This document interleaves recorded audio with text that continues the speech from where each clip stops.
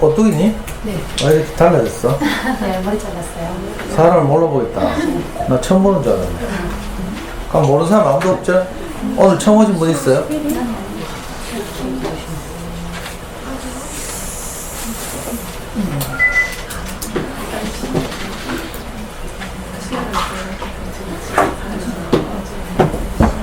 생명은 잘 나왔나?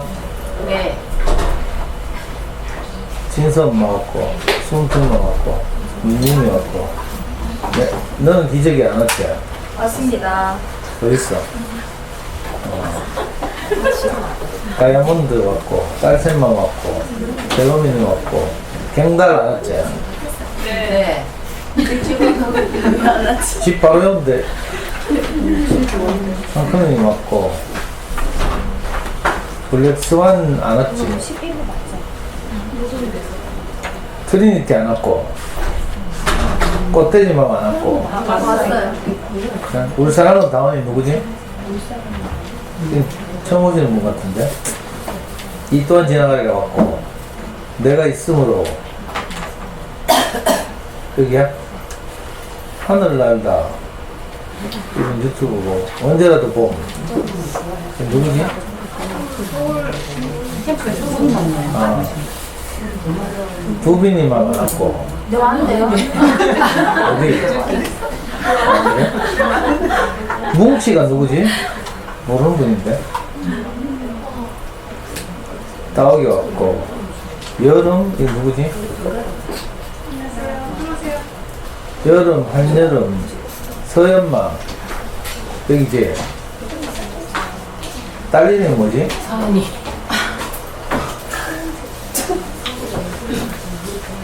서연이라고? 장서연? 네.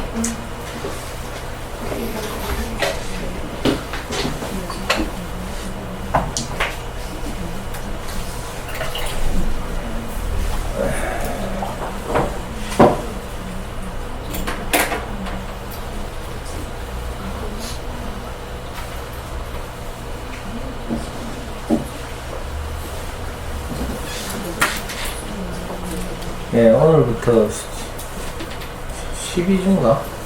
12월 마지막 금요일까지.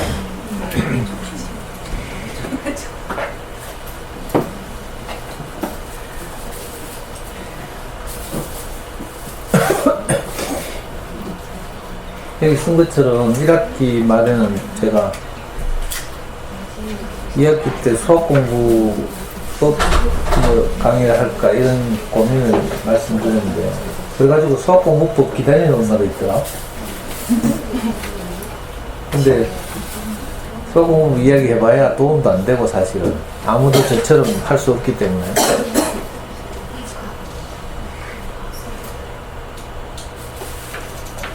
또 아이와 함께 행복해지기 어렵고, 이래서 공부 이야기는 개인적으로 혹시 뭐 잘 안 되면 상담하든지 이런 방식으로 하기라고.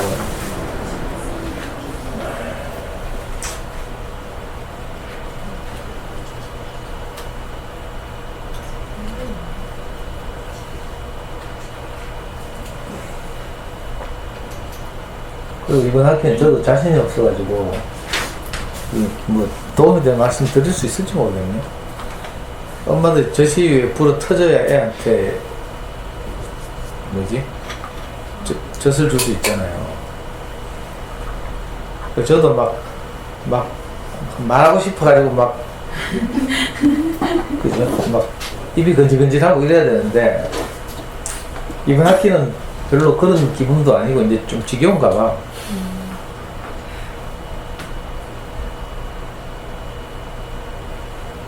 그리고 뭐 새로운 그림책도 나타나지도 않고, 뭐 그림책은 많이 쏟아지죠. 근데 정말 우리를 위로하는 그림책 이런 거 찾기가 어렵고, 그래서 갈등을 많이 하다 이제 뒤늦게 시작하게 됐어요.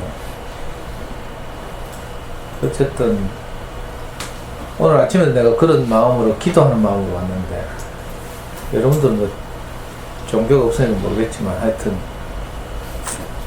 저도 이 강의에 진짜 하나님 은혜를 베풀었으면 좋겠다 이런 생각이 들었어요. 그래서 이 귀한 시간 내서 오시는 분들에게 조금이라도 도움이 되고 행복해지는 이런 시간이 되었으면 하는 마음인데 잘 될지는 모르겠습니다. 그래서 이거 오늘 이제 첫 책으로 제가 1학기 때도 했죠. 너무 우리 특히 엄마들을 위로하는 책이고 부모들을 위로하는 책이고 이래가지고 오늘 제가 처음 이제 여러분들과 함께 읽고 싶은 그런 책이 언제까지나 너를 사랑해.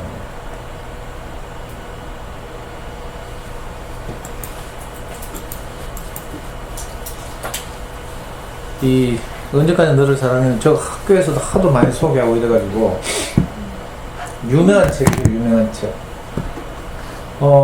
지금까지 발간된 그림책 단행본 가운데 전 세계에서 가장 많이 팔린 책 2위.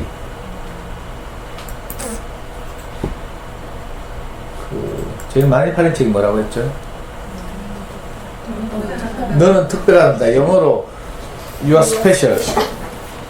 이건 뭐 미국에 가면 유치원이나 초등학교에서 이거 상식적으로 다루는 그런 유명한 책이죠. 근데 그건 생각보다 길고 그 성경적 세계관, 너는 특별한다. 이건 이제 미국에 있는 현직 목사님이 쓰신 책이라서 그게 제일 많이 팔렸다. 하여튼 내가 조사할 때 3천만 부 팔렸다던가 몇 년 전에. 언제까지 너를 사랑해 이게 이제 2등한 책인데 이것도 수천만 부 팔린 책이죠.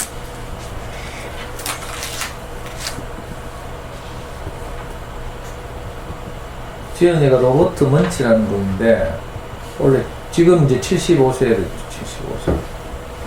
언제 나온 책이지?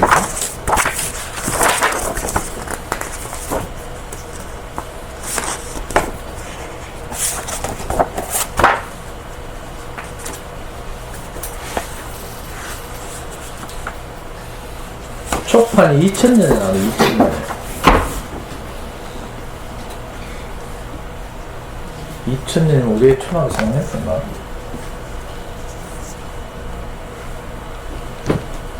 2000년.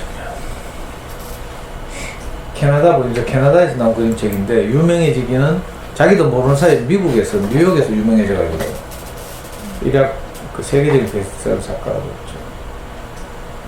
그래서 그리고 이 로버트 먼치가 쓴 그림책 가운데 제가 이제 아이들하고 수업도 하고 하는 유명한 책이 조기봉주 공주 이야기 자주 했죠. 전통적인 그 공주에 관한 그 이야기들, 전형이 딱 있잖아요. 악당에 잡혀가고 뭐 공주는 이쁘고 근데 왕자가 나타나서 구해주고 뭐 왕자하고 결혼하고 이런 게 이제 전형적인 서양식 그 공주 이야기의 전형인데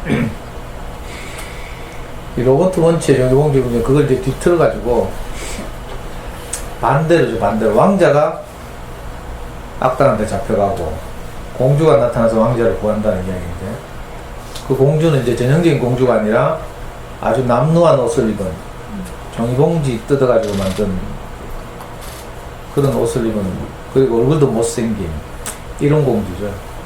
그래가지고 막 악정고투 끝에 악마에게서 왕자를 구출하는데 구출된 왕자가 공주의 몰골을 보고 못생겼다고 지랄하잖아요. 그래가지고 공주가 왕자 발로 차프고 떠나간다는 뭐 하여튼 그런 그러니까 전형적인 공주 이야기를 어떻게 보면 페미니즘적 시각에서 이제 뒤튼 이런 이야기죠. 페미니즘은 굉장히 건강한 여성주의 운동인데 요즘은 이제 꼴페믹 해가지고 뭐 이상한 애들 있죠. 오마드니 뭐 이런 데서 너무 지나치게 남녀를 성대결 구도로 몰고 가가지고 막 이상한 왜곡된 이런 이게 있어가지고 페미니즘도 굉장히 부정적으로 요즘 이제 느껴지는데 사실은 그렇지 않죠. 그래서 아주 기발하고 창의적인 그림책이죠. 그래서 아이들도 재밌어하고 그리고 또 다른 책은 잘 모르겠는데 진흙괴물? 진흙괴물이라는 그림책 가지고 제가 아이들하고 수업한 적이 있고요. 저는 뭔데 이거 왜 영어로만 다 나와? 밑에 있는데. 밑에 있어요? 네. 아 여기 있네. 국민서관이지. 그리고 어제 내가 검색하다 알게 된 책인데 이거 좀 유아용 그림책 같은데 이거 대단한 오줌 싸게 대장. 이 최근작 같더라고요. 2018년에 나왔네. 왜 아이들 어릴 때 오줌도 싸고 막 이러잖아요. 그런 걸 소재로 해서 그래서 영유아들이 읽기에 좋은, 읽어주기 좋은 그런 책. 그리고 이 로버트 먼치의 언제까지 너를 사랑해는 이 원작이 이거죠. 이거 지금 화면에 보는 이거. 그림이 아주 좀 촌스럽죠.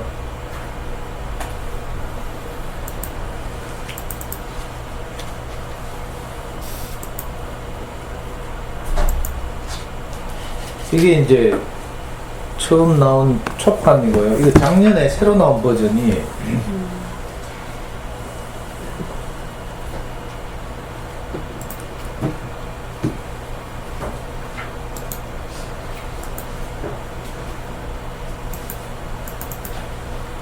청계의 바람이라는 출판사에서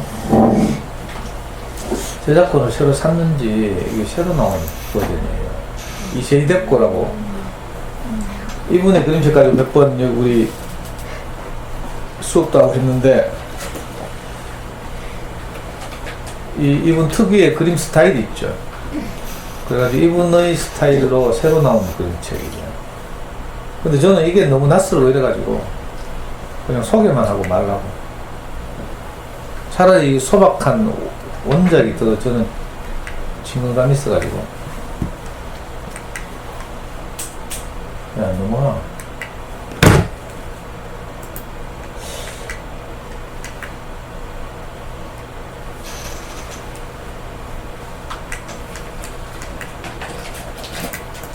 야, 안 움직이냐?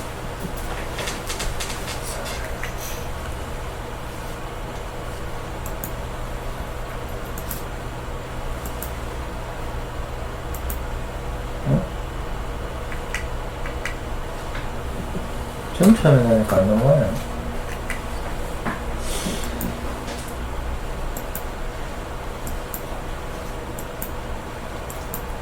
이분 특유의 그림책을 이런 식으로 새로운 버전으로 작년인가 이게 새로 발간된 책이에요. 취향에 따라서 이제 몽환적이죠. 이분의 그림책. 그래서 저하고는 별로 안 맞는 것 같아서 원본으로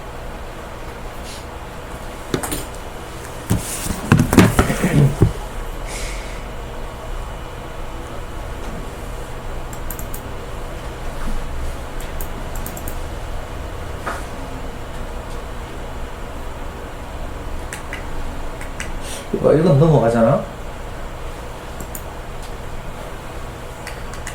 이건 먹히네. 왜 안 되지, 아까는?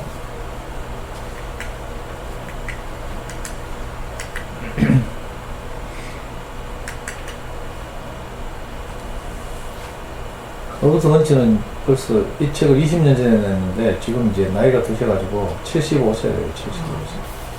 그리고 송문에는 이분이 자기 아들 둘을 먼저 잃었다든가 그런 소문도 있어. 그래서 그 자기가 잃은 사랑하는 아이들 생각해서 이 그림책을 만들었다 뭐 이런 말도 있어요. 저는 확인을 못해 검색 아무리 해도 그거 안 나오더라고. 누가 그러는데.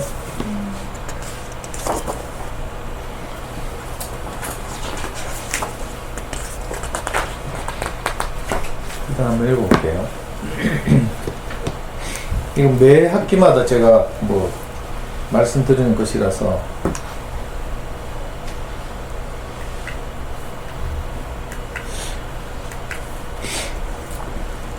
어머니는 갓 태어난 아기를 가슴에 꼭 안고 포근하게 부드럽게 다독거리고 있습니다. 자장자장 자장자장. 그리고 어머니는 아기에게 가만히 노래를 불러줍니다. 너를 사랑해 언제까지나. 너를 사랑해 어떤 일이 닥쳐도. 내가 살아있는 한 너는 늘 나의 귀여운 아기.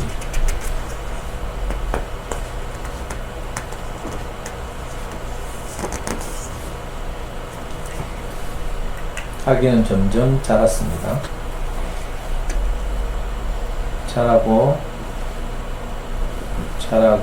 자라서 이제 아기는 2살이 되었습니다. 2살 되기 아기는 집안을 돌아다니기 시작합니다. 책장의 책을 전부 꺼내 마구 흩어뜨리기도 하고 냉장고 안을 뒤져 음식을 다 쏟아버리기도 합니다. 그뿐이 아니죠. 어머니의 시계를 변기에 넣고 물을 내려버리기도 합니다. 때때로 어머니는 한숨 쉬며 이렇게 말합니다. 이 아이 때문에 내가 미쳐버릴 것만 같아.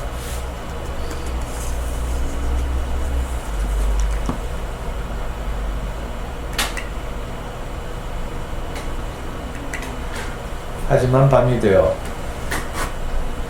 2살 되기 아기가 잠들고 나면 어머니는 살며시 아기 방의 문을 열고 들어가 침대 머리맡으로 다가갑니다. 아기가 깊이 잠들어 있는 것을 확인하고 나서 아기를 품에 안습니다. 자장자장 자장자장. 그리고 어머니는 노래를 부릅니다. 언제까지나 너를 사랑해. 너를 사랑해. 언제까지나 너를 사랑해. 어떤 일이 닥쳐도 내가 살아있는 한 너는 늘 나의 귀여운 아기.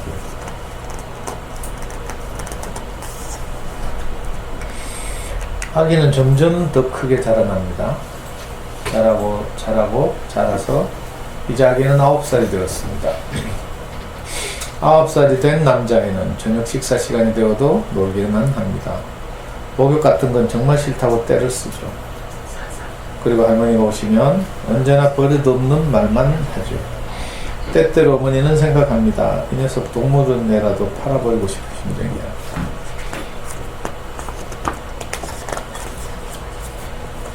하지만 밤이 되어 9살짜리 남자아이가 잠들고 나면 어머니는 아이 방의 문을 살며시 열고 들어가 침대 머리맡으로 다가갑니다. 아이가 깊이 잠들어 있는 것을 확인하고 나서 아이를 품에 안습니다. 자장 자장 자장. 그리고 어머니는 노래를 부릅니다. 너를 사랑해. 언제까지나 너를 사랑해. 어떤 일이 닥쳐도 내가 살아있는 한 너는 늘 나의 귀여운 아기. 소녀는 점점 더 자라납니다.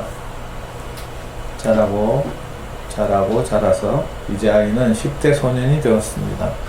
10대 소년은 이상한 친구들과 사귀고 이상한 옷을 입고 이상한 음악을 듣습니다. 때때로 어머니는 생각합니다. 마치 내가 동물원에 와 있는 기분이지 뭐야.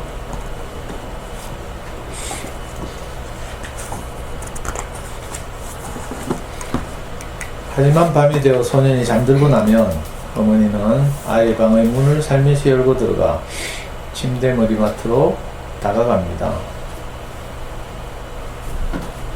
아이가 깊이 잠들어 있는 것을 확인하고 나서 그 다 커버린 아이의 등을 부드럽게 토닥거립니다. 자장자장 자장자장. 그리고 어머니는 노래를 부릅니다. 너를 사랑해. 언제까지나 너를 사랑해. 어떤 일이 닥쳐도 내가 살아있는 한 너는 늘 나의 귀여운 아기.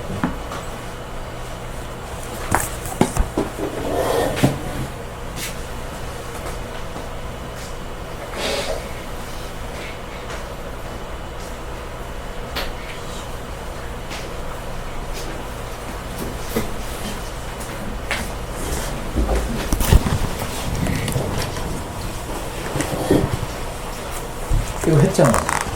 아닌가? 어? 뒤로 갔다고? 아닌데 10대 소녀는 점점 더 자라납니다. 뒤에 들려? 네. 자라서 이제 아이는 어른이 되었습니다. 어른이 된 아들은 집을 떠나 이웃 마을에 살게 되었습니다.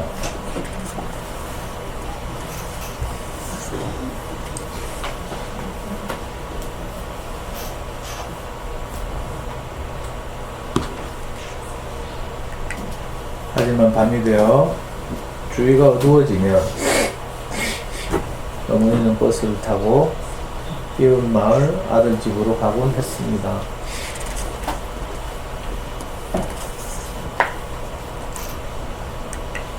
아들의 집에 불이 꺼져 있으면 어머니는 발소리를 죽이고 침실 문을 열고 살며시 침대로 다가갑니다. 아들이 깊이 잠들어 있는 것을 확인하고 나서 이제 한 사람의 어른으로 성장한 그 멋진 아들을 안아봅니다. 그리고 어머니는 노래를 부릅니다.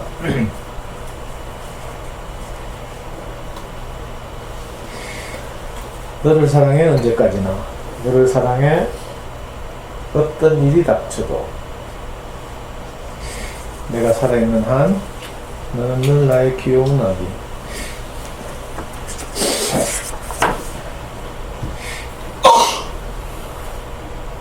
어머니는 나이가 들어갔습니다. 점점 더 늙어갔습니다.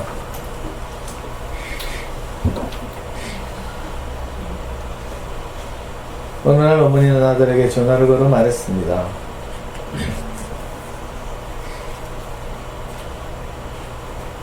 얘야, 나에게 전화 주겠니? 이제 나이가 들어 힘이 없구나. 아들은 어머니를 만나러 갔습니다. 어머니 방에 들어가려고 하는데 어머니가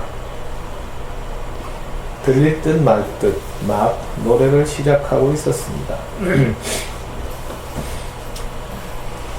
너를 사랑해 언제까지나, 너를 사랑해 어떤 일이 닥쳐도. 하지만 그 뒤를 계속 이을 수가 없었습니다. 어머니는 너무 나이가 많이 들어 기운이 없었기 때문에 이제 더는 노래를 부를 수가 없었던 것입니다. 아들은 어머니 방으로 들어갔습니다. 그리고 어머니를 두 팔로 감싸 안았습니다. 어머니를 안고 아들은 천천히 노래를 불렀습니다. 사랑해요 어머니 언제까지나, 사랑해요 어머니 어떤 일이 닥쳐도, 내가 살아있는 한 당신은 늘 나의 어머니.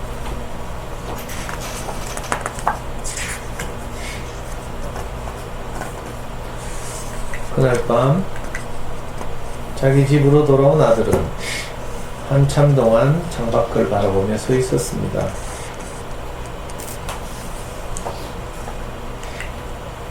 그리고 나서 방으로 들어갔습니다. 그곳엔 막 태어난 여자아이가 잠들어 있었습니다. 그는 아기를 품에 안고 포근하게 부드럽게 다독거리기 시작했습니다. 자장자장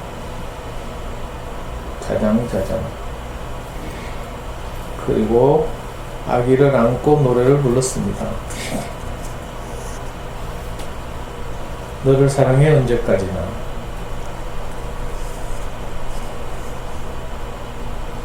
너를 사랑해 어떤 일이 닥쳐도, 네가 살아있는 한, 내가 살아있는 한 너는 늘 나의 귀여운 아기.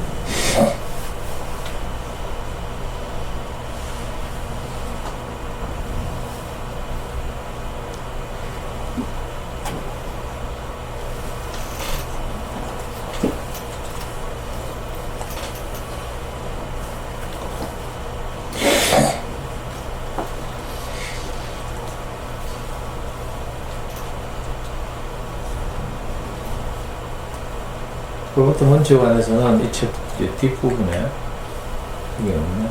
그 뒷부분에 로버트 먼치에 대한 소개가 있어요. 책 있으시면 한번 읽어보시고. 뭐 이런 책은 집에 소장해 두는 게 좋죠. 이 짧은 그림책이 저는 읽을 때마다 막 이렇게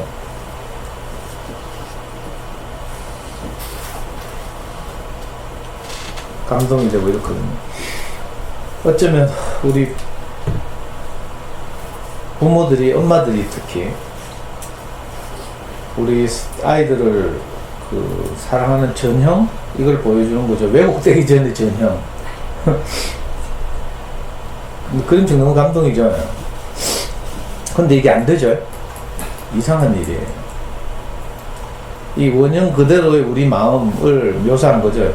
여기 또 보면 아이가 자라는 과정에서 많은 사고도 치고 막 하잖아요. 2살 때, 뭐 9살 때, 또 청소년기에 우리를 속상하게 하는 원인이 많지만 이걸 다 이제 작가는 의도적으로 생략하고 사실 우리 깊은 곳에 있는 아이를 향한 어떤 마음을 이렇게 일관되게 묘사하고 있어요. 이 책만 읽으면 그래서 너무 행복하죠. 근데 이상하게 우리가 막상 이제 아이와 함께 인생을 살아보면 그렇지 않다니까. 안 돼. 어떤 엄마는 막 큰애 미워 죽겠다 하고 막 징그럽다 하고 막 이런 엄마들도 많죠. 이거 왜곡됐어요. 이 원형의 사랑을 이제 이 그림책을 빌려와서 제가 이제 말씀드리고 싶어서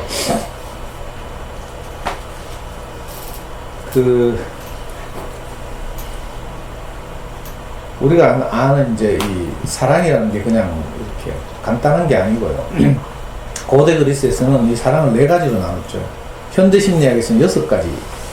네이버 검색해보면 그만 알 수 있죠. 이제 성경에 주로 인용된 것이 이제 그리스 철학의 영향을 받은 거죠. 신약 성경은 주로 그 아리스토텔레스, 소크라테스, 또 누구지? 플라톤. 이런 사람들이 이제 활동하던 것이 기원전 500년 전이거든요. 이 사람들의 사상이나 철학이 이제 500년 후 로마에도 영향을 미쳐. 그래서 우리 흔히 뭉뚱그려서 그리스 로마 문명 이렇게 부르는 거죠. 그리고 이 예수가 등장했을 당시의 이제 유대 세계는 로마의 식민지였잖아요. 그래서 이제 똑똑한 사람들 로마로 유학 가고 그랬어요. 우리나라 사람도 왜 일제강점기에 똑똑한 사람들 일본으로 유학 많이 가고 했죠. 그거하고 비슷한데. 그래서 이제 그리스 로마의 영향을 많이 받았죠. 그 신학성경 대부분도 고대 그리스어로 쓰여지고 이렇게. 구약 성경은 히브리어로 쓰여졌지만 이제 성경에 인용되는 이 이놈의 사랑이라는 것도 그래서 여러 가지 어원이 달라. 우리는 그것도 모르고 이제 막 섞어서 쓰고 있죠. 그 대표적인 사건이 뭔가 하면 이제 바닷가에서 고기를 잡다 갈릴리 바닷가에서 고기를 잡다가 그 인생이 허망해서 갈 길을 모르고 있던 이제 제자들에게 대표적으로 베드로 같은 사람이죠. 예수가 나타나서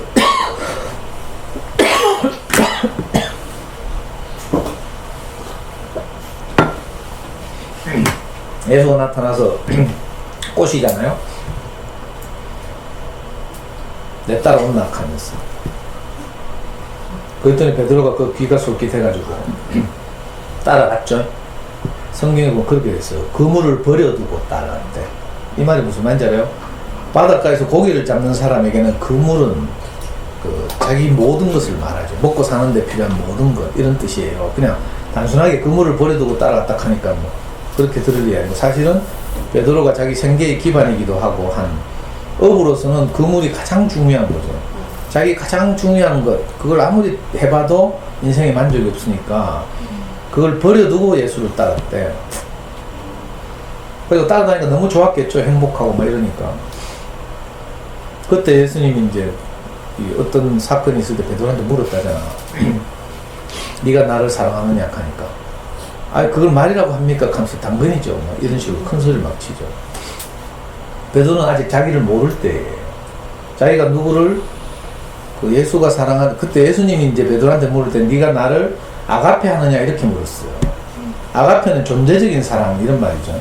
보통 이제 일반적으로 세상 신의 사랑 뭐 이렇게 이타적인 사랑 뭐 헌신적인 사랑 이런 걸 아가페라고 하는데 좀 더 정확하게 말하면 존재적인 사랑 이런 말이에요. 네가 나를 존재로서 사랑하느냐 있는 그대로 사랑하느냐 이렇게 묻고 있는데 베드로는 그럴 수 없는 사람이고 이 당시에는.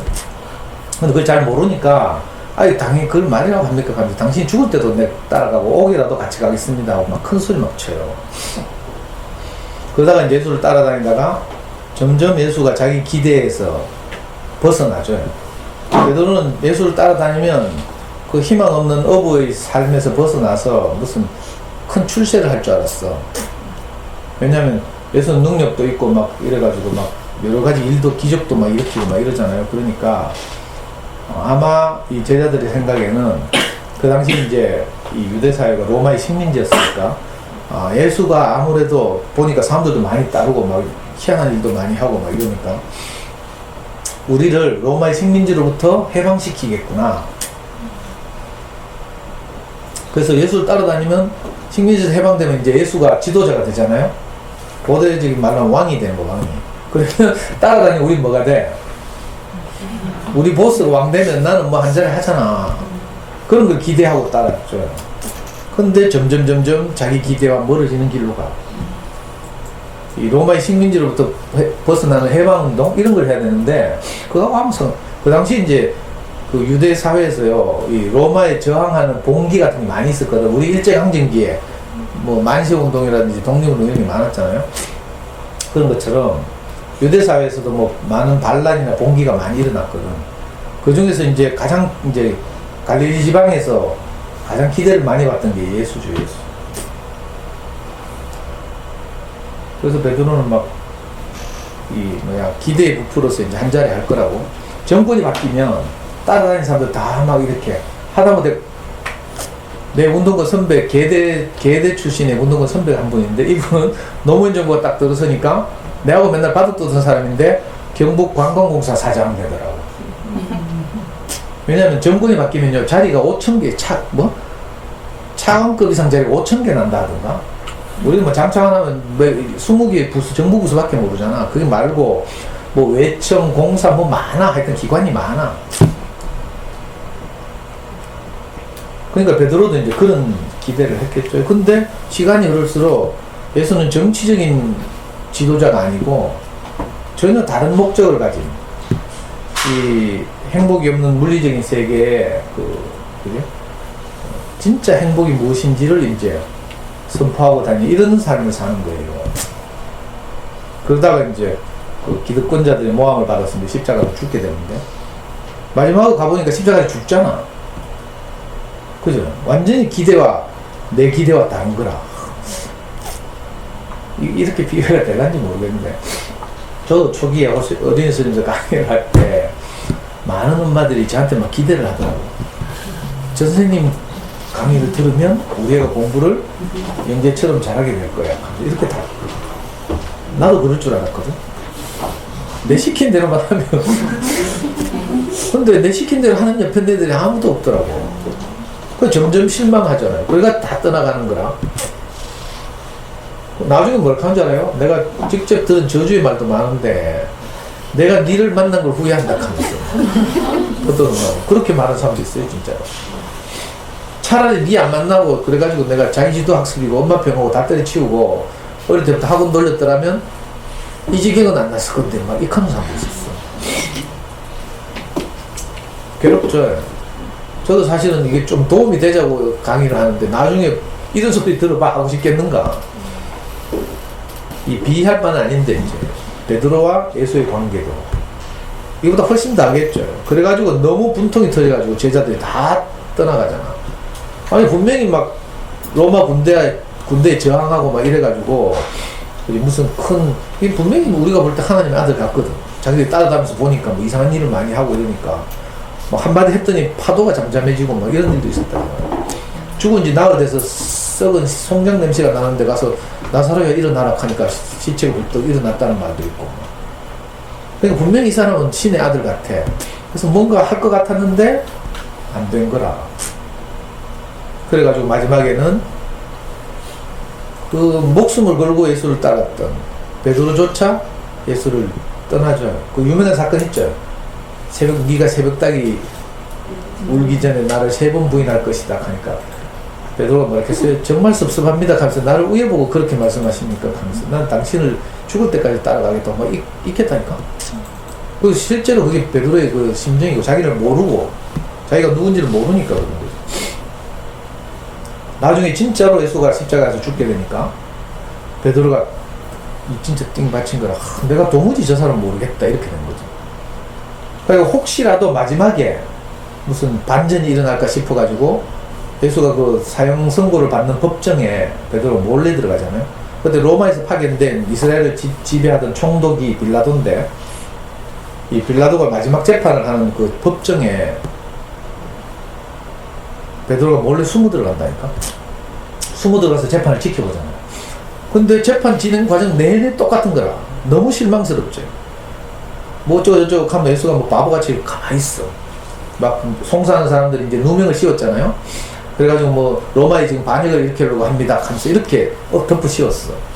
사실은 그게 아닌데 송사한 당시 사람들은 이제 그 유대인들의 지도자들이죠. 수천 년 동안 자기들의 신 여호와를 정말 잘 섬겨왔고 성경에 구약 성경에 대해서 해박하다고 생각한 이 사람들이 예수를 송사한 거예요. 왜냐하면 자기는 수천 년 동안 신을 섬겨오면서도 아무도 자기가 하나님의 아들이다 이런 말을 못했어. 근데 택도 아닌 게 30살밖에 안 된 청년이 지가 하나님의 아들이다 하고 막 돌아다니니까 신성모독이 신성모독. 자기들이 섬기는 신을 너무 하찮게 만드는 거라. 그래가지고 이 사람들이 이제 열받아가지고 이제 로마에 고발해가지고 이제 사형당하게 된 거예요. 그 마지막 법정에서 이제 그 신문하면서 확인하죠. 뭐 저거 물으니까 예수가 바보같이 대답도 못해. 꼭 어떤 질문에만 대답한다니까. 네가 진짜 찬송받을 자의 아들 그리스도냐? 이렇게 물으니까 그래 내가 그 사람이다 이렇게 그 말만 하는 거야. 그러니까 제자들이 기대하는 이 대답과 너무 달랐어요. 그러니까 베드로가 막 실망해가지고 너무 허무하고 허탈해요. 자기가 모든 것을 그물을 버려두고 예수를 따랐잖아. 3년이나. 성경에 3년이라는 말을 물리적 3년으로 들으면 안 돼. 자기가 따를 수 있는 최대한의 시간, 이게 3년이죠. 3년. 상징적인 숫자예요. 모든 것을 버려도 그물을 버려두고 3년 반이나 예수를 따랐는데 마지막에 딱 가니까 자기가 알던 그 예수가 아니에요. 그러니까 너무 허무해가지고 털레 법정을 빠져나오죠. 그때 그 유명한 그 법정의 여자 종을 만나잖아. 그래서 그 여자 종이 니도 그 일당 아이가 하니까 뭐라 해요? 베드로가 펄쩍 뛰면서 나는 그를 모른다. 이거 3번이나 맹세하고 저주하면서 말하기를 나는 그를 모른다 이렇게. 이건요 베드로 겁이 나서 한 말이 아니에요. 정말 자기가 3년 반 동안 따라가던 그 사람이 자기가 기대하던 사람이 아니니까. 그러니까 베드로가 예수를 따르고 사랑한 것은 바로 뭐예요? 자기 기대에 근거한 자기 생각에 기초한 사랑인 거야. 근데 예수님이 베드로에게 확인한 사랑은 뭐였어요? 네가 나를 있는 그대로 사랑하냐? 네가 나를 아가페 하느냐? 이렇게 물었거든. 자, 그래가지고 예수 죽었잖아요. 나중에 몇 년 후가 아니고 며칠 후에 예수를 다시 만났대. 이 성경 기록에 따르면 부활했대 예수가. 어쨌든 부활한 예수가 베드로를 다시 찾아온다고 성경이 묘사되어 있어. 베드로는 이제 실망해가지고 다시 고향으로 돌아가서 옛날에 버려뒀던 그물 다시 찾았는 거 어쨌는가 또 갈릴리 호수에 그물을 던져서 고기를 잡고 있어. 근데 밤새도록 그물을 던져도 고기가 안 잡힌대. 너무 허망하죠. 여러분들 밤새 뭘 했는데 아무것도 남은 게 없어. 얼마나 허무한 줄 알아요? 여러분들 그런 경험 있어야 되는데. 내가 인생을 열심히 살았어. 나중에 뭐 손에 쥐인 게 있는 것이 보고 보니까 아무것도 없어. 나이는 40이 됐어. 그런 기분 경험해 봤어요? 애 열심히 잡았잖아? 뭐 나중에 뭐 진도도 나간 게 없고 뭐 성적도 오른 게 없고 뭐 실력도 남은 게 없고 뭐 허망하다니까. 베드로가 지금 그런 다시 돌아가서 그물 던져봐야 아무것도 남는 게 없어. 허망하고. 그때 건너편에서 자기가 따진 예수가 뭐 생선을 굽고 있더라네. 믿어야 되는지 말아야 되는지. 십자가에서 죽었는데 생선을 굽고 있대. 그래가지고 이제 다시 만났잖아. 그때 예수님이 다시 물어 베드로한테 네가 나를 사랑하느냐? 다시 묻는다. 그때 베드로가 한 대답은요. 그죠? 예수를 막 따를 때 정열적으로 하던 그 대답과 달라. 그때는 막 아이고 그걸 말이라고 합니까? 내가 당신이 오게 가더라도 같이 가고 막 이러겠습니다. 이렇게 대답했거든. 근데 이제 베드로가 이 자기가 그렇게 사랑했던 예수가 자기 생각과 다르니까 버리는 거죠. 떠난 거죠. 그러고 나서 알게 된 거라. 아, 나는 그를 아가페 할 수 없는 사람이구나. 이걸 알게 된 거예요. 그래서 예수님이 네가 나를 아가페 하느냐 이렇게 물었어요. 이제 다시 만났을 때. 똑같은 질문이지. 근데 베드로가 뭐라 하는 줄 알아요? 아니요, 나는 당신을 아가페 할 수 없습니다. 나는 당신을 필레오 합니다. 이렇게 말했어. 성경에 이렇게 번역되어 있지 않죠. 우리말 성경에. 그냥 사랑이라고 똑같이 번역되어 있어. 여러분들 지금 놀라운 말을 듣고 있는 거예요. 성경에 없는 말을 듣고 있다니까. 나도 우리 목사님한테 배운 거야, 이거. 근데 단순히 배워서 내가 뭐 지식으로 외우고 있는 게 아니라 내가 살아보니까 그래. 내 생각과 기대대로는 내가 한 사람도 사랑할 수 없어. 자식조차. 이상하다니까. 베드로가 그제서야 나는 당신을 아가페 할 수 없는 사람입니다. 나는 당신을 필레오밖에 할 수 없습니다. 이렇게 고백하죠. 그러니까 예수님이 이제 됐다 하면서 네가 주제 파악을 했구나. 안심하고 내가 너를 맡겨도 되겠다. 앞으로 네가 나가서 큰 일을 하게 될 것이다. 심지어는 성경에 이런 말이 있어요. 내가 너에게 천국 열쇠를 주겠다. 너는 반석이 될 것이다. 네 위에 반석 위에 교회가 세워질 것이다. 뭐 이렇게 말하는 거예요. 신기한 일이죠. 우리가 먼저 이렇게 베드로처럼 이 과정을 거치게 돼요. 나는 내 소중한 사람들을 사랑하는 줄 알았는데 알고 보니까 아니었어. 여러분들 뭐 다른 건 뭐 남편 제껴놓고 애 생각해요. 애 남편은 뭐 그럴 수 있다고 치고 애를 우리가 정말 사랑해야 되잖아. 이게 안 된다니까. 안 그래요? 그러니까 이 언제까지 너를 사랑해 이 책을 그냥 읽을 일이 아니야. 그죠? 근원적인 무엇을 우리에게 사실 시사하는 거죠. 이 로버트 먼치도 옛날에 신부님이 되려고 했대. 그 다음 뭐 꼬여가지고 신부님이 못 됐다는데. 저는 살아보니까요. 애 키워보면서 해보니까 내가 아이를 사랑할 수 없는 사람이라는 걸 알게 됐죠. 여러분도 다 경험했죠? 확인하고. 이걸 알아야 이제 제대로 된 사랑을 할 수 있는 거야.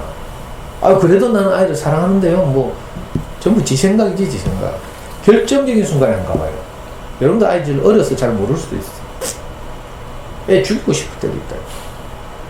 이상하죠? 이게 왜곡됐어요, 왜곡됐어. 정말 우리가 아이를 낳고 처음에 어릴 때 기를 때는 이 아가페 하는 마음이죠. 사실 부모니까 하나님의 사랑과 가장 근사한 사랑을, 그죠? 그 마음을 우리가 가지고 있어요. 그래서 어떤 분들은 부모는 이제 하나님 너무 바빠가지고 일일이 다 찾아다닐 수 없으니까 어머니를 주셨다 이런 말도 하잖아요. 그러니까 하나님의 마음을 대신 표현할 가장 근접한 사람이 엄마죠, 엄마. 근데 우리가 살아보면 이게 안 돼. 이상하죠. 이걸 이제 그리스 철학자들이 놀라운 통찰을 해가지고 우리가 사람들이 하는 일반적인 사랑을 크게 네 가지로 나누고 있어요. 그리스 철학에서는. 자, 아가페 이야기했죠? 필레오. 필레오라는 것은요, 친구 간의 우정 또는 스승과 제자의 뭐 이렇게 그 신뢰 관계 이런 걸 보고 보통 필레오 이렇게 불러요. 그리고 가족 간의 사랑, 친척 뭐 이런 거 있죠. 그런 사랑을 보통 스톨게 이렇게 불러. 그리고 남녀 간의 사랑, 에로스라고 하죠. 에로스는 다 알 거라. 에로스 아가페는 많이 들어봤죠. 저는 우리 명예를 키우면서 내 기대와 다르니까 내가 아이를 사랑할 수 없더라니까. 여러분들한테 강의 때 자주 말씀드렸잖아요. 난 아버지 없이 자라가지고 이 아이에게 정말 좋은 아빠가 되고 싶었어요. 그래서 어릴 때 정말 재울 때도요, 이 책에 나오는 것처럼 우리 와이프는 내일 학교 출근한다고 일찍 애가 잠들었다 싶으면 바로 나가. 근데 우리가 나가면 인기증 나잖아요. 애가 선잠 들었다가 바로 나가지 막 한다니까. 그럼 또 동작 그만하고 다시 또 침대 옆에 붙어있고 둘이. 그래 이제 깊은 잠이 들었다 싶으면 우리 와이프 나간다니까. 나도 나갔다가 나는 5분 전에 다시 들어와요. 그래가지고 진짜 가지수건 가지고 애 땀 닦아주고요. 꿈꾸는 가지고 이불 덮어주고 악몽을 꾸면 내가 그때 기도도 했어요. 하나님 할 수만 있으면 내가 이 아이의 꿈속에라도 들어가서 내가 도와주고 싶습니다. 내가 이렇게 그런 마음이 있었다니까. 근데 여전히 다른 게 또 있죠. 내 기대가 있잖아. 아이를 향한 내 기대가 있으니까 그런 마음이 있음에도 불구하고 내 기대가 충족되지 않을 때는 내가 아이를 정말 부끄럽고 내 미안한 기억인데 내 애 목에 칼을 든 적도 있어요. 서울대학교를 보내야 되는데 말을 안 듣자. 공부를 안 해. 실화야. 영남고등학교 다닐 때 1학년 때 실화야. 서울대학교를 들어가는 가장 좋은 방법은 내 자주 말했나? 학교 시험을 잘 치는 거야. 내신 성적이 좋은 거죠. 그때 서울대 국무총리였던 정운찬이 서울대 총장할 때인데 정운찬 선수 아주 좋은 제도를 입시 제도를 만들었어요. 시골에 사는 아이라도 예를 들어서 저 영덕이나 울진에 사는 아이라도 그 학교에서 성실하게 공부하는 아이 같으면 기회가 없어서 그렇지 그런 아이들이 어릴 때 강남에서 태어났으면 그래? 강남에서 뛰어난 아이들처럼 성취를 보일 수 있다 이렇게 생각한 거라 맞는 말이에요. 그래서 그 시골에 있는 아주 열악한 고등학교에서 학교 성적을 잘 받고 그 대신에 사교육을 전혀 못 받는 이런 아이들 있잖아. 그런 아이들이 우리 서울대학교 구성원이 되면 좋겠다 이렇게 생각한 거예요. 그래서 정운찬 총장이 처음 이제 도입한 입시 제도가 있는데 그게 요즘도 있어. 지역 균형 선발 전형이라고 해서 서울대학교 입학 정원의 3분의 1을 거의 99% 내신 성적으로만 뽑아요. 그러니까 학교에서 독보적인 전교 1등을 하면 서울대학교 가는 거지. 여기 대국지구에서 가끔 뭐 여기 동고등학교나 대국고등학교에서 서울대 가줘요. 거의 다 그래가. 수능은 거의 갈 가능성이 없고요, 이런 데서는. 그러니까 제일 쉽게 가는 거지, 확실하고. 라고 말하지만 그것도 쉬운 게 아니지. 나는 이제 입시를 바삭하게 알고 있잖아요. 여러분들이 나를 무시해서 그런데 내가 지금 초등 1학년다가 알까기 하고 있다고 나를 무시하는 거야. 내처럼 이 최상위권, 극상위권 입시를 정확하게 잘 알고 있는 사람 잘 없다니까? 그래가지고 내 고등학교도 사실 난 영남만 보내려고 했어요. 어디 보내려고 했는 줄 알아요? 그때 우리가 어디 살았는가 하면 저 대국지구에 가면 저 화원 넘어가는데 육교 있잖아요, 육교. 육교 왼쪽이면 건강맨션이라고 있어. 그 건강맨션 있고 정신병원 하나 있죠? 그걸 경계로 해서 넘어가면 달성군 화원읍이고, 그죠? 건강맨션하고 요 정신병원 요 담까지 우방하고 건강이 붙어 있거든? 요까지가 달서구야. 달서구에서 딱 요 경계 바로 넘어가면 고등학교가 하나 있어. 뭔지 알아요? 대원고등학교라고. 몰라? 대원 외고 말고. 대원 외고는 우리나라에서 가장 뛰어난 애들 가는 학교고, 뭐 아나 모르겠네. 육교 바로 왼쪽에 대원고등학교 있다. 그러니까 대구에 있는 고등학교 중에 제일 학력 수준이 낮은 학교. 나 그거 보내고 싶었어. 왠지 알아요? 내신 잘 받으면 서울대 쉽게 가니까. 근데 우리 와이프가 그 당시에 과고를 근무했단 말이야. 과거에서 택도한 선생들 영향을 받아가지고 절대 안 된다는 거야. 뭐 수성구는 못 갈 망정 하면서 그러다 우겨가지고 영남고등학교 갔잖아. 영남고등학교 그래도 이 달서구 일대 남자 아이를 둔 엄마들의 로망이죠. 영남 아니면 대건 이랬잖아. 그래 할 수 없이 영남 갔다. 영남고등학교 때 1학년 610명이 입학을 했는데 우리는 중학교 때부터 해보니까 안 된다고 했죠. 내신 해보니까 여학생도 그 공학에 다녔는데 중학교 1학년 중간고사에 전교 2등을 했어요. 아, 곧 1등 하겠네 하면서 이제 기말 열심히 했다? 나중에 기말고사 성적도 나왔는데 보니까 합산해서 전교 7등이야. 왜 그런 것이 알아보니까 수행평가가 여학생들한테 잽단데 그거 다 합하니까 전교 7등. 그래서 때려치웠잖아. 아, 이건 안 되는구나 하면서. 그래가지고 이제 길게 보고 책이나 읽히고, 실제로 우리 아이는 시험 기간에도 어린이서점 가서 책 읽고 이랬어. 그래서 이제 딸딸딸딸 외우고 그 범위를 정해주고, 이게 이제 내신이잖아. 기말고사, 중간고사는. 그러니까 우리 아이는 이런 시험에 대해서 전혀 적응이 안 돼 있는 상태로 영남고등학교 갔어. 그 영남고등학교 갔어도 애가 어떻게 공부해야 될지 몰라. 모의고사를 치면 첫 시험부터 전교 3등 했어요. 영남고등 610명 중에. 내신을 치면 형편없이 영어 4등급 나오대. 형편이 없어. 그내 빡쳐가지고 하루는 막. 내가 사실 그렇게 키워놓고는 아이는 아무 잘못도 없어요. 그래 막 욱박질렀지. 이 새끼야 네가 지금 이래가 되겠나 하면서 정신 차리라 하면서. 그러니까 이게 말대꾸를 따박따박하고 막. 그런데 열받아서 빡쳐가지고 때리려고 하니까 막 맞고 막 이지랄 해가 막. 둘이 쓰러져가지고요. 거실에 쓰러져가지고 막 내 날린 거 다 째지고 막. 그래가지고 내가 하도 열받아가지고 이게 아빠한테 막 이제 힘이 세가지고 막 아빠 내 강의 때 가끔 이야기하죠. 아빠 지금 제발 정신 차려 하면서 나를 막 양손을 잡고 있잖아. 내 행패 못 부리게 막 울면서 정신 차려 하더라고. 그래가지고 내가 하도 분해가지고 있잖아. 알았다 나라 하면서 아빠 정신 차렸다. 그래 우리가 나와주대. 그래 내 보기가 칼을 들고 왔다니까. 진짜 애를 해치려고 한 게 아니고 애가 힘이 내보다 세니까 이제 제압하려고. 근데 우리 애 목에 칼을 들이대고 미친놈이지. 지금 생각 정신 나갔죠. 뭐에 시이면 이래 된다니까. 여러분들 내 정도는 아닐지도 모르지만 그러니까 애가 막 울면서 이제 내 앞에 무릎 꿇었잖아. 내가 얼마나 비참했겠어요. 그래 칼 도로 갖다 놓고 나가 애 부둥켜 안고요. 내가 그 금강맨신에 떠나가도록 울었어요. 내 인생에서 아이를 키우는 과정에서 가장 비참했던 사건이에요.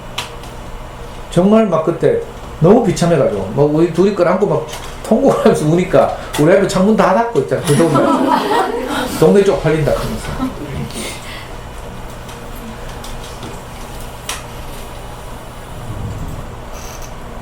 내가 누구보다 아이를 소중하게 생각하고요. 내가 좋은 아빠가 되려고 하고 했는데도 내 생각이 있잖아요. 내 기준이 있어. 내 기대가 있어. 그럼 아이가 사랑이 안 돼요. 이상한 일이라니까. 원래는 그렇지 않은데 우리 아내는 이 엄마처럼 낮에는 무슨 호작질을 하더라도 우리 깊은 마음 안에는 너를 사랑해 언제까지나 어떤 일이 있어도 엄마는 너를 사랑해 이 마음이 있죠. 근데 이상하게 이게 어떤 경우에 막히는 거야. 왜곡된 거죠. 왜곡. 저도 큰일 날 뻔했어요. 저는 그 근원적인 사랑에 대해서 내가 몰랐더라면 내게 그 근원적인 사랑이 흘러오지 않았더라면 난 평생 우리 애 이렇게 키울 뻔했어요. 그래 저는 다행히 제 스승이 있다고 했잖아요. 그 말씀을 늘 들었어요. 물론 이제 현실적으로 내 스승을 통해서 내 존재적인 사랑을 이제 이렇게 받게 됐죠. 근원적으로는 우리 목사님 이제 늘 이제 성경을 말씀하시니까 하나님이 사람을 그렇게 사랑한다는 거라 하나님이 사람을 지어놓고 충분히 만족했대. 아무 부족함이 없었대. 그래서 창조하던 모든 창조를 마치고 7째 되는 날 쉬셨대. 6째 되는 날 사람을 창조해놓고 뭐라고 말했다고요? 보시기에 힘이 좋았더라. 그냥 첫째 날, 둘째 날, 셋째 날 창조를 해나갈 때는 보시기에 좋았더라, 보시기에 좋았더라 성경이 이렇게 번역되어 있어요. 근데 6째 날 사람을 창조해놓고는 보시기에 힘이 좋았더라. 그래서 이제 더 이상 손댈 것이 없어서 창조를 멈추고 7째 되는 날 쉬셨다. 이게 오늘날 우리가 알고 있는 안식일이죠. 이 말은 무슨 말이야? 사람은 부족함이 없다는 뜻이에요. 만약에 부족했다면 하나님이 더 손댔겠지. 뭐 코를 2개 만들든지 뭐 눈을 뒤통수에 하나 꼽든지 이렇게 했겠죠. 근데 사람은 존재적으로는 부족함이 없기 때문에 하나님이 더 이상 손대지 않았다 이런 뜻이에요. 근데 이 말을 우리 목사님한테 들었잖아요. 그전에는 내가 부족하니까 내 인생이 부족하니까 부족하다고 생각되니까 내 사랑하는 아들은 내같이 부족하면 안 되잖아.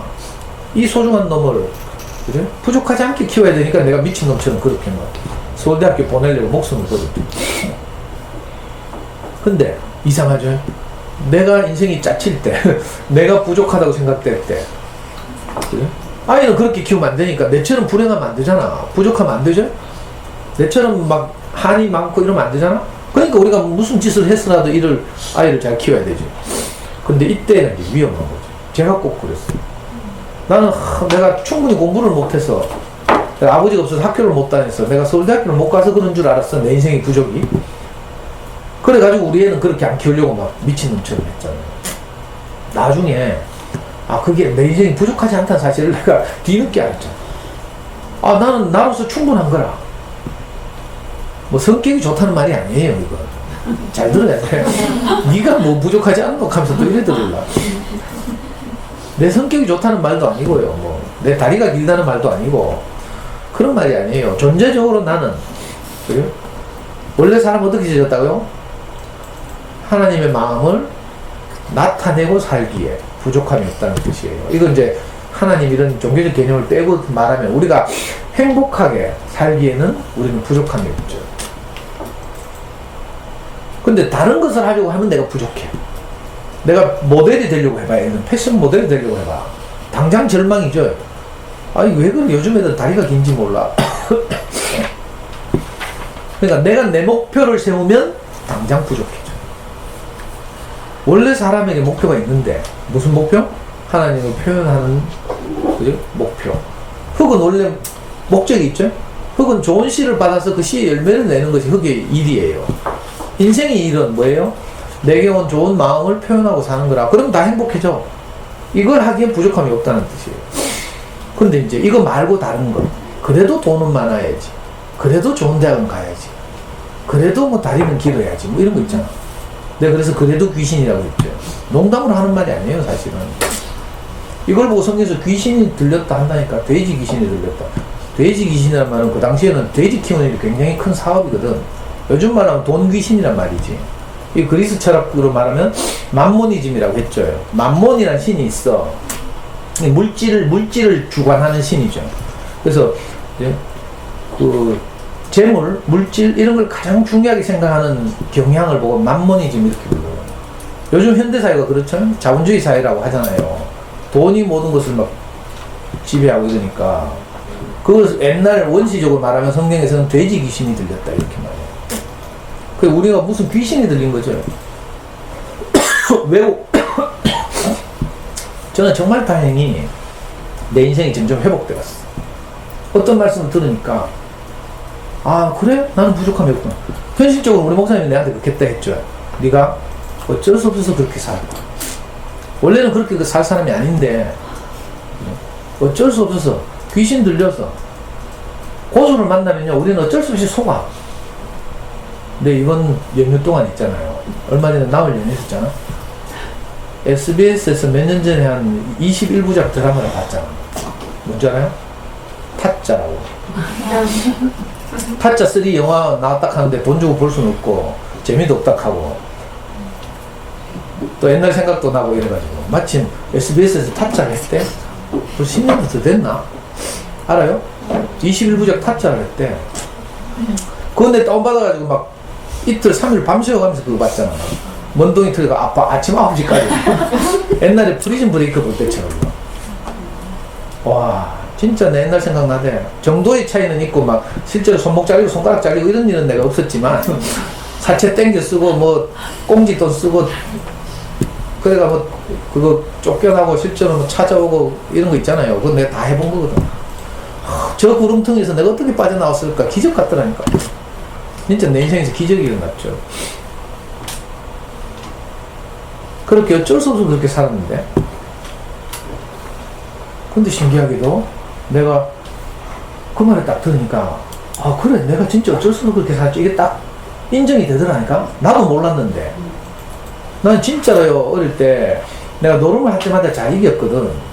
내가 학교는 못 다녔잖아. 그래서 진짜 열등감이 심했거든요. 내 또래들 다 중학교 다니는데 나는 자전거 타고 공장에 출근할 때 그 절망감 내 가끔 이야기했어요. 내가 일하던 공장이 자전거 부속 생산하는 공장이었는데 조광산업이라고 어디 있었는가 하면 시민운동장 뒤에 고성동에 성광중고등학교 건너편에 있었어. 아침에 자전거 타고 출근하잖아. 내 또래 애들 다 교복 입고 성광중학교 성광중고등학교 학교 가는 거야. 그때 내가 얼마나 뭐라 이렇게 하냐 이 낭패감? 절망감, 열등감? 뭐 이런 게 막 제 온몸을 덮쳐왔거든요. 이건 아무도 몰라. 누구한테 말해도 잘 실감 잘 안 나. 근데 있잖아요. 동네에서 양아치 같은 친구들하고 명절 되면 용돈 받은 걸 가지고 노름했거든. 근데 이상하게 노름만 하면 내가 이기네? 그러면 애들이 내보고 막 하고 야, 니 머리 좋네 하면서 대가리 잘 굴리네 하면서. 근데 그 말을 들을 때마다 내가 위로를 받았어. 야, 니가 형편한테서 학교를 못 다녀서 그렇지 머리는 좋네 이 소리 있잖아요. 이게 나를 정말 위로했다니까. 그래가 내가 계속 노름했잖아. 머리 좋네 이 소리가 나를 위로했다니까. 학교를 못 다녔는데 이게 하다 보니까 동네 기원 올라가서 노르면 다평정에 동네 당구장 새벽 되면 이제 당구장에서 포카 치거든. 또 당구는 승부가 잘 안 나. 그래서 포카 치죠. 아니면 당구장 근처에 있는 뭐 여관 같은 데 가서 또 승부 보죠. 이래가지고 내가 동네 노름판을 다 평정했다니까. 군대에서 휴가 나오면요, 내 엄마한테 뭐 용돈 안 받았잖아. 친구들하고 모여가지고 노름하면 내가 다 수금해가지고 군대 복귀할 때 있잖아요. 돈 두둑하게 가고 이랬다니까. 그래가지고 내가 미친놈처럼 어떻게 됐어요? 하우스로 갔지. 못하면 하우스 가겠어요. 근데 나중에 지나고 나서 보니까 내가 일부러 그렇게 산 게 아니고 나도 어쩔 수 없이 내가 살고 싶어서 위로를 받고 싶어서 용기를 얻고 싶어서 그렇게 산 거라.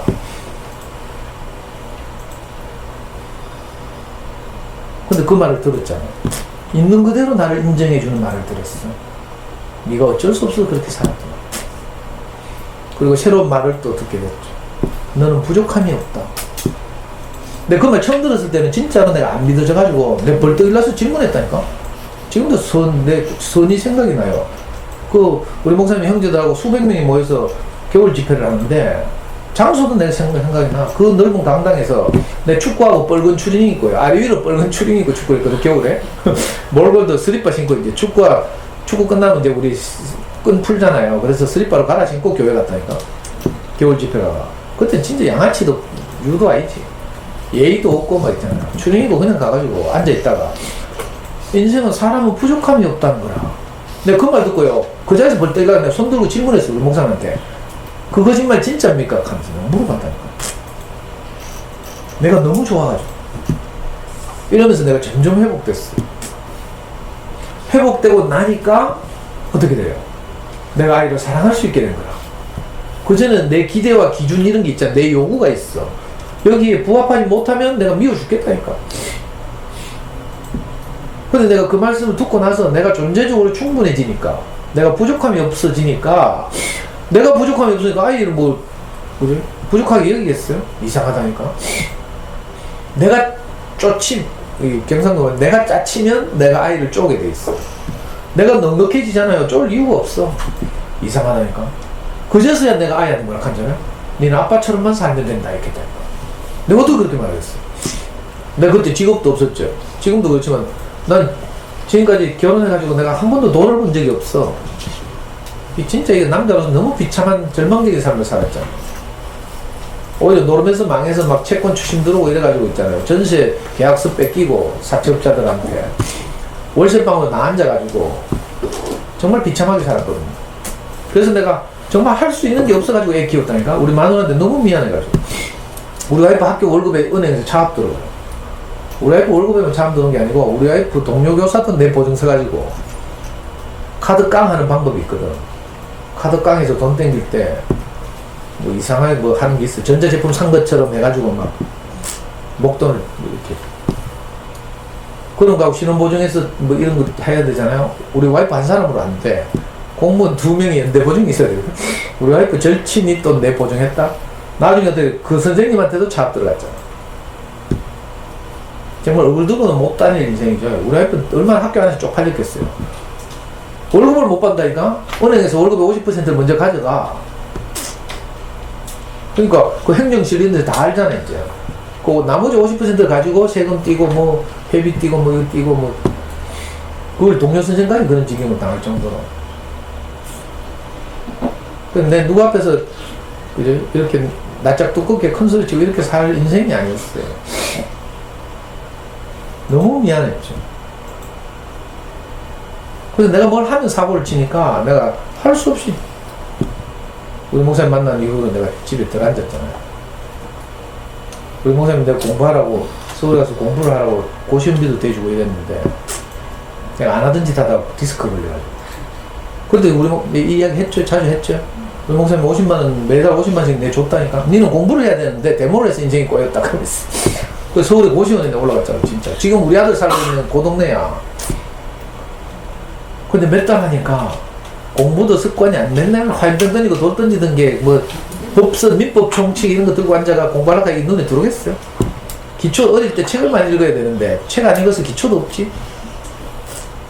고시원에 있으면서 계속 고시원 앞에 있는 오락실 가가지고 게임하고 앉았고 그러다가 디스코 와가지고 할 수 없이 내가 낙향했잖아. 낙향. 내가 아무것도 할 수 없고 우리 와이프한테 미안하고 이래가지고 애 공부라도 숙제라도 시키자고 시작한 게 우리 아이 4살 때 내가 아예 공부시킨 거예요.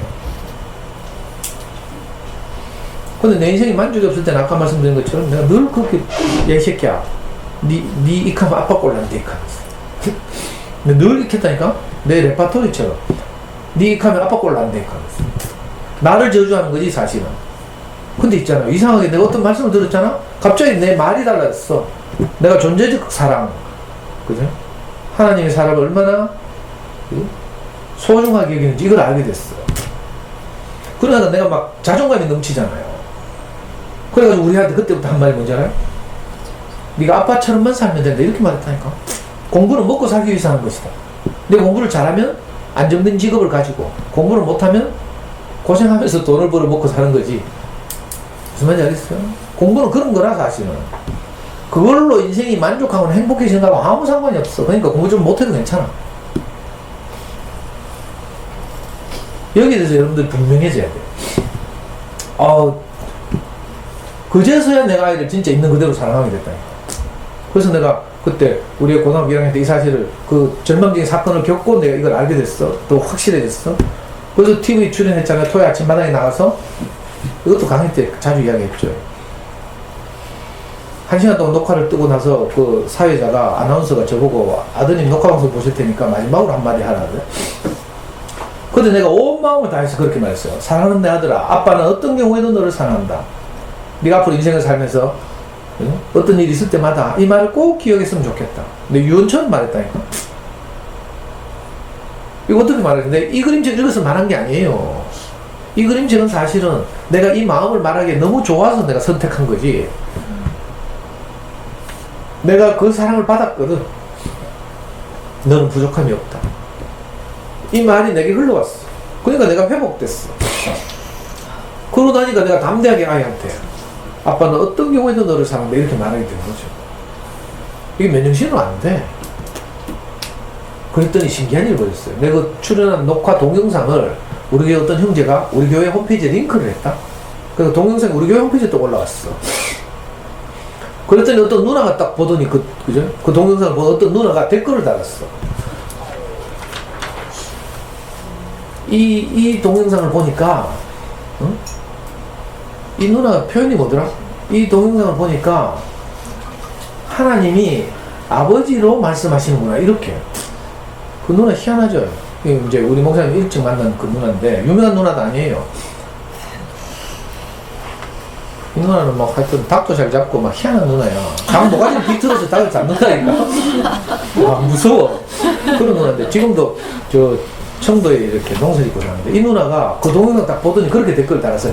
내가 볼 때 가장 정확한 댓글이었어. 하나님이 아버지로 말씀하신 거예요. 무슨 말인지 알겠어요?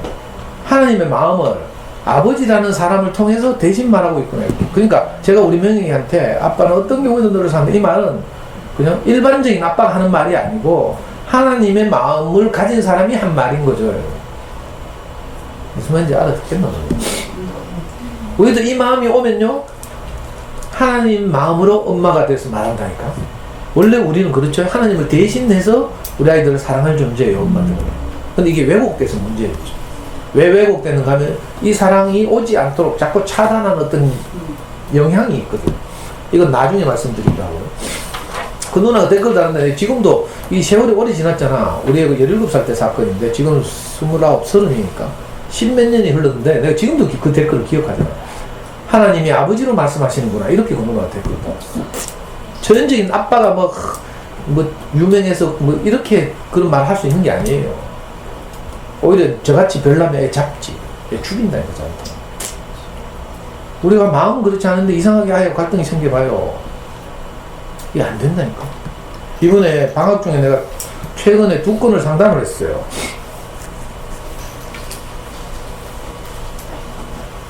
첫 번째 상담은 4년 전인가 5년 전에 이 연구소 생기기 전에 호실체에서 내가 마지막 막판 강의를 할 때 그때 이 엄마표 영어공부법 강의를 한 학기 동안 한 적이 있어. 그때 월서촌학교 선생님이 육아휴직을 하고 내 강의를 들어봤어. 정말 똑똑한 엄마야. 딱 얼굴 딱 봐도 난 똑똑해요 이렇게 생겼어. 공부도 잘하고 똑똑하고 완벽하고 애 절대 안 잡을 것 같고 막 조곤조곤 이렇게 코치하고 그런 엄마야. 근데 이상하게 신기하게 빠지지 않고 와서 성실하게 뭘 들었어. 잠수는 영어국 강의를 했다니까. 그리고 잠수는 활동도 실제로 하고 내 도움이 별로 필요 없을 정도의 엄마였죠. 근데 신기하게도 4년 5년이 흘러서 막 이번에 방학 때 헐레벌떡 날 찾아온 거야. 방학 때 아니구나. 학기 중이구나. 9월달에 이 엄마가 지금 애한테 문제가 생겨가지고 학교 출근을 못하는 거야. 애도 완벽하고 공부 잘하고 성실했어요. 근데 중3이 됐다 지금. 아무도 자기 마음 몰라준다. 애가 학교 못 가겠다 하고 뭐 버팅기고 뭐 엄마가 최선을 다해보고 뭐 했겠죠. 그냥 저 찾아오겠어요? 이 야매 찾아오려고 하면 오리지널 다 해보고 온다니까. 뭐 이번에 보니까 무슨 연예인 하나가 뭐 폐암 걸렸는데 뭐 개구충제로 지금 치료한다 하죠. 그거 그냥 하겠어요? 검증된 그 치료를 다 항암 치료 이런 거 다 해도 안 되니까 마지막에는 개구충제로 치료한다잖아. 우리 교회도 그런 경우 많이 있어요. 암 걸려가지고 아무래도 안 되면 요로법 쓰는 거야. 자기 오줌 마시는 거. 일본 학자가 그 유명한 추천한 요로법이라고 있어. 오줌 마시는 거 한다는 거. 우리 목사님도 한동안 이게 여기 심취해가지고 우리 교회에서 막 요로법이 확 유행한 적이 있어. 여러분들 정말 절망적이 돼봐. 다 하게 돼 있어. 온갖 민간요법 다 하잖아요. 내가 무슨 얘기 하다, 그래. 그 엄마 그냥 내 찾아오겠어요? 개구충제 그냥 먹겠어? 어마한 거 다 해도 안 되니까 안 그렇겠어요? 그래서 저를 찾아왔어요. 그래서 내가 이런저런 이야기를 했어. 우리 목사님 말씀을 들으면 되는데, 존재적으로 뭐가 아이한테 공급되면 되는데, 하면서. 그 엄마가 지금 뭐 당장 못하니까 내가 해줄 수도 없고, 애는 내한테 안 연락하는데, 엄마 혼자 왔어. 그렇게 하니까 안타까운 말이, 우리 남편이 대구교회를 싫어해요. 뭐 또 아나봐, 대구교회는. 그 어떤 부정적인 뭐 경험이 있나 봐. 내가 너무하다고 더 이상 할 말이 없잖아. 그렇다고 이 엄마가 내한테 와서 뭐 말씀 듣거나 하면 뭐, 우리 연구소 엄마들처럼 그러면 진짜 다를 텐데. 너무 안타깝더라니까. 등짝을 때려도 애가 학교를 못 가겠대. 그 엄마가 애 무슨 일 생겨 겁이 나가 출근을 못 하는 거야. 뛰어내릴까봐. 인생을 살다 보면요, 아이 키우는 일이 예기치 않다니까. 엄마가 아무리 똑똑하고 있잖아요. 공부 잘하고 해도 안 되는 일이 생겨. 이틀 전에도 또 어떤 애가 찾아왔어요. 고등학교 1학년. 엄마하고 같이 찾아왔어.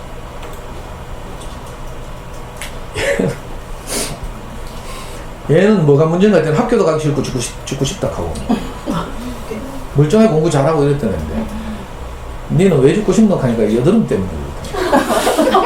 여드름이 너무 나가지고 막 있잖아. 팔려가지고 막.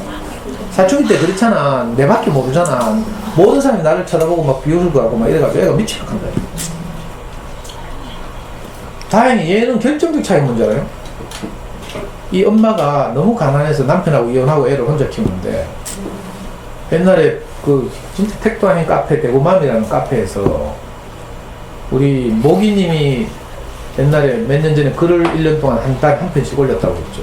그때 그림책, 그때 무슨 그림책 올렸더라?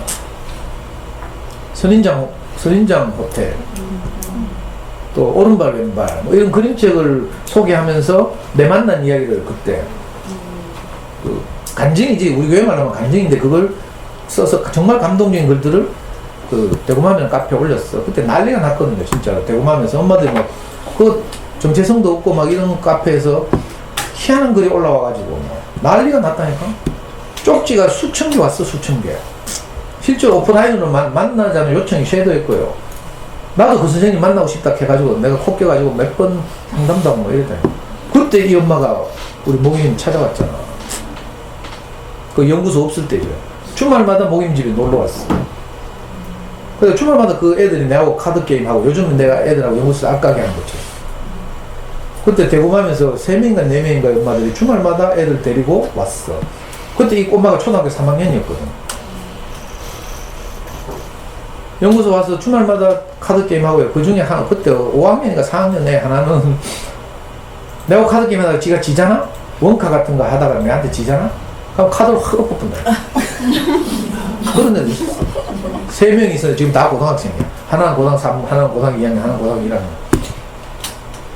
별일 다 있었지. 엄마들은 식탁에 앉아가지고 목이님하고 수다 떠는 척 하면서 거실에 앉아서 내가 아이들하고 카드게임 하면서 어떤 태도를 취하는지를 감시하는 거야.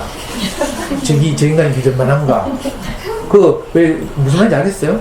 식탁에 앉아서 우아하게 목이님하고 수다를 떠는 척 하면서 온 신경은 지금 자기 애하고 내한테 자기 애가 혹시 예의는 차리고 있는지부터 시작해서 저 인간은 우리 애들 진짜 있는 그대로 존재적으로 대하는지 막 감시하고 있는 거야. 얼마나 피곤한 줄 알아요, 그거. 내가 혹시 실수하면 안 되잖아.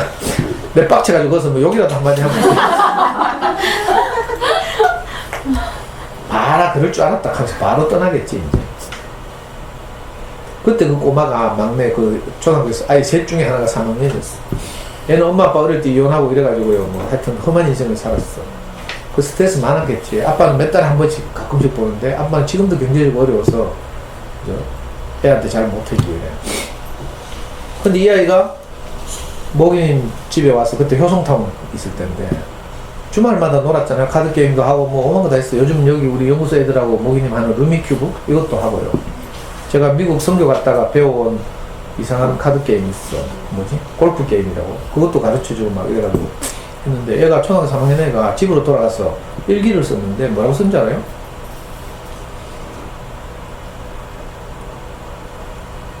뭐라고 썼더라? 하여튼 그 효성타운에 있는 모기 이모 집에 있는 사람들은 우리를 행복하게 하려고 하늘에서 내는 천사들 같다. 이렇게 썼어. 3학년짜리가. 그 학교 선생님 일기검사하다가 놀래가지고 무슨 일인가 묻고 막 있잖아. 그걸 엄마가 우리한테 알려줬다고 했는데 놀라운 이야기죠. 초등학교 3학년짜리가 자기 인생이 얼마나 가난하면 그 별거 아닌 허름한 집에 효성타운 또 낡았잖아.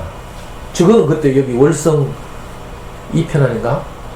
그 뭐야, 월암초등학교 옆에 있는 좋은 아파트. 2편은 아닌데, 푸르지오. 주거지는 월성 푸르지오야. 근데 효성타운 그 낡아 빠진 모기님 집에 와가지고 놀다 갔는데, 애가 일기장에 글을 썼다니까. 모기님 집에 있는 사람들은 우리를 행복하게 하려고 하늘에서 내려오는 천사들 같다. 이렇게 썼다. 최근 우리 연구소에 누구더라? 다율인가? 다율이가 집에서 엄마 아빠하고 이야기하면서 연구소가 아니라 행복소라고 이야기하는데 그거하고 똑같은 거라 사실은. 근데 이 아이가 커가지고 이제 사춘기가 되고 막 예민해지고 이러니까 막 여드름 나고 이러다가 교회도 안 오고 막 자기 생각에 빠져가지고 학교도 못 가겠다 하고 죽고 싶다 하고 그 엄마가 막 하다 안 돼가지고 어제 그저께 우리 집에 찾아왔어요. 난 찾아온 줄 몰랐어. 내가 전화를 안 받으니까. 난 전화기 무음해놓고 게임하고 있으니까 뭐 전화 오는 줄도 몰라. 그랬더니 우리 아빠한테 연락해가지고 갑자기 뭐 지금 밑에 엘리베이터 앞에 있다 가면서 또 잠옷바람으로 있다가 뭐 헐레벌떡 옷 갈아입고 또 그래 애 만났어요. 자기는 너무 자존감이 나요. 그러니까 이 여드름 때문에 공부를 못 하겠는 거야. 그러니까 성적이 이번 중간고사 성적이 막 급락했어. 급락. 공부 잘하는 애거든. 성실하고. 그러니까 지가 지금 자존감이 너무 낮은 상태라고. 첫 번째 상담한 아이는 아예 내한테 오지도 않잖아. 관계가 없으니까. 두 번째 얘는 다행히 그 모기님하고 그렇게 놀면서 이제 너무 좋아가지고 지금 몇 년째 벌써? 걔 초등학교 3학년 7년? 7년째 이제 같이 일요일마다 교회 와서 말씀 듣고 살아요. 그러니까 애도 저에 대한 깊은 신뢰가 있죠. 다른 사람 못 만나겠다는데 그래도 상도 삼촌한테 가자 하니까 오잖아요. 와서 제가 하는 이야기 들었어요. 제가 그렇게 했거든. 네 초등학교 3학년 때 일기장에다 그거 쓴 거 삼촌이 지금도 기억하고 있다. 삼촌은 네가 얼마나 자랑스러운지 모른다. 이 이야기를 진심으로 했어. 진심. 지금까지 삼촌이 수많은 사람들, 수많은 형들, 누나들 삼촌 따라서 교회 왔지만 니처럼 그렇게 놀라운 감정을 한 사람을 내가 본 적이 없다. 사람의 자존감은 성적이나 외모로 오는 게 아니다. 그건 일시적이다. 네가 여드름 나서 고민하는 것처럼 삼촌은 지금 눈썹이 하얘져가지고 고민하고 있다. 나도 이게 너무 신경 쓰여가지고 핀셋으로 맨날 하얀 눈썹을 뽑는다.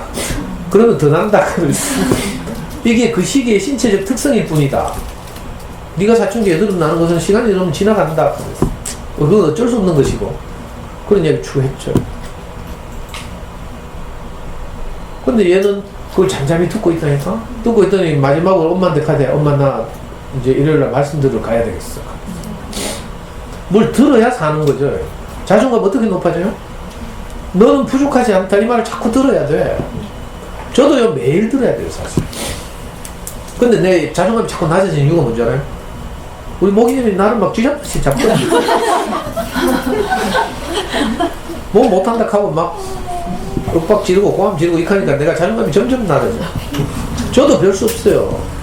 여러분들의 아이들도 맨날 같은 말이라도 또 해야 돼요. 저는 우리 명이 내려올 때마다 내 이 말 하거든. 아빠는 네가 너무 자랑스럽다. 29 청년이잖아. 명식이 서울대 로스쿨 다녀. 이번 방학 때도 막 대법관 만나가지고 있잖아. 사인 받아왔더라. 대법관이 앞으로 훌륭한 법조인이 되기를 바랍니다 하면서 지 책에다가 사인 딱 해가지고 대법관한테 가서 인터뷰하고 막 이러거든. 너는 물이 달라. 유명 로펌에 막 그죠? 무슨 설명회 이런데 초대받아 가가지고 있잖아. 선물 받아오잖아. 그 유명 로펌에서 받아온 선물은 질이 달라지. 우리 연구소에 많이 있다니까. 목님 저 의자에 앉아있는 방석 저것도 우리나라 6대 로펌인 율촌이라는 로펌에서 준 선물이야. 그런데도 잘 나가잖아요. 이렇게 객관적으로 보면. 그거하고 아무 상관이 없어. 인생이 행복해지는 거예요. 그래서 늘 그 말을 들어야 돼요. 난 내려오면 아이를 볼 때마다 그 말 한다니까. 아빠는 어떤 경우에도 너를 사랑한다. 넌 너무 자랑스럽다. 우리가 행복하게 살기에는 아무 부족함이 없다. 뭐 그 세계라고 뭐 고민이 없겠어요? 그죠? 김현장 각가 뭐 아니면 로클럽 각가 뭐 그래서 로클럽 이제 재판 연구관이거든요. 옛날로 말하면 젊은 판사들, 요즘은 판사들이 10년 동안 변호사로서 이렇게 활동을 해야 판사 임명되거든요. 옛날하고 달라서. 그래서 진로에 대한 고민도 많고 이럴 거 아니에요. 그거 아무 상관없이 존재적인 그래? 사랑을 받아야 자존감이 높아지는 거야. 그래서 내가 여러분들한테 일부러 첫날 이 책을 택했어요. 여러분들도 먼저 그죠? 행복하게 살기에는 우리가 부족함이 없다는 사실을 명확하게 내가 인식해야 돼. 안 그러면요, 그래도 귀신이 우리를 계속 몰고 다녀. 그래서 이리 갔다 저리 갔다 휘둘리는 거죠. 내 강의 열심히 듣는 뭐 10년, 20년 내 강의 들어도 잠깐 내가 안 보는 사이에 뭐 이상한 유튜브 강의 듣고 앉았다? 공부를 하려면 이래야 된다 하더라. 내가 공부 얘기를 안 하니까 진짜 이것들이 나를 가만떼기로 알고 진짜. 아니 농담이 아니고요. 내가 대충 노는 것 같죠. 나는 지금 우리 연구소는 아이들에게 최선의 방법으로 아이들 키우고 있어요. 있는 그대로 두고 정말 길게 보고 이렇게 아이를 키워야 되거든. 우리 연구소 중학교 1학년짜리 하나 오는데 얘는 정말 심한 사춘기야. 가족들 너무 싫대. 그거 다 끊었어. 근데 여기만 오잖아. 수학 공부하러 와? 5시에 내하고 만나서 수학 공부를 해야 되는데 한 번도 다시 온 적이 없어. 일찍 오면 다시 봐. 다시 40분. 와서도 멍하게 앉아있어 그냥. 3학년 때부터 여기 왔거든. 수학 공부 어려운가 봐. 머리가 뭐 굉장히 뛰어나가 이런 게 아니니까 성실하긴 한데 점점 이제 사춘기 되고 그러니까 자기 문제 있겠죠. 말은 안 하지만 자기 문제가 많을 거 아니에요. 자기가 의식되고 막. 그냥 멍하게 앉아있어. 그럼 내가 안타까워서 오늘 공부 안 되나 가면 그냥 가락한다. 어제도 그냥 가락했어. 가락하면 또 안 가. 몇 문제는 하고 갈게요. 하면서. 이거 기다릴 수밖에 없잖아요. 그걸 막 패고 막 이런다고 되겠어요? 엄마들이 안 해봤겠어, 집구석에서? 해도 안 되잖아. 뭐 하고 나서 돌린다고 될 것 같아요? 돈만 내빼려. 근데 엄마도 모른다 또. 돈 내빼리더라도 또 이렇게라도 해봐야 되지. 엄마도 안타까워가지고. 그게 아니고요. 아이가 지금 그런 상황이 되면 그만큼밖에 할 수 없어. 그리고 기다려야 돼. 사춘기 되면 막 잠 쏟아지거든요. 남성 호르몬 나오거든요. 잠 쏟아져.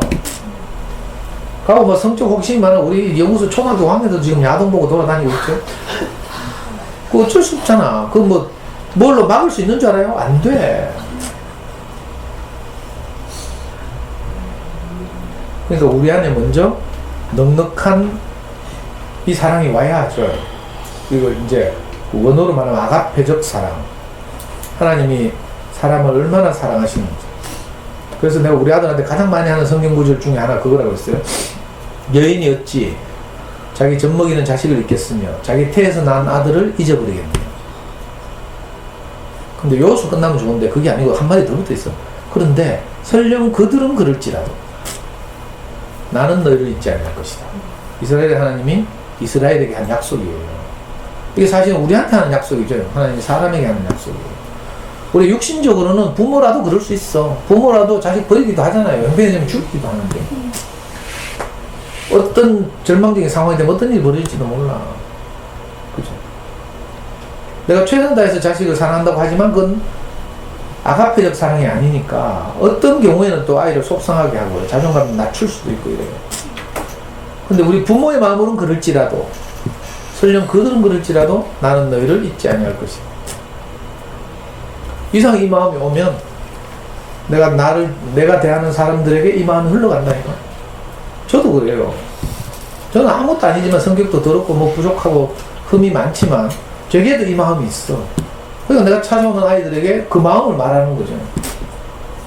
근데 신기하게도 이 아이는 그래도 그죠? 관계가 생겼고 그래도 엄마가 늘 교회 나오고 아이 데리고 나와서 말씀 듣고 살고 이랬으니까 결정적인 어려울 때, 결정적인 어려움이 있을 때 내가 어떤 말을 하잖아요.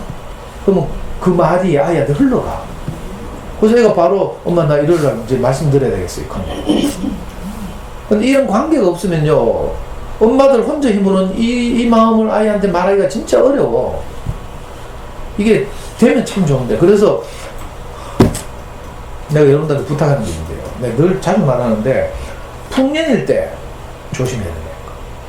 별일 없을 때. 별일 없다고 그냥 대충 지내죠? 나중에 흉년이 온다니까, 인생이라는 게.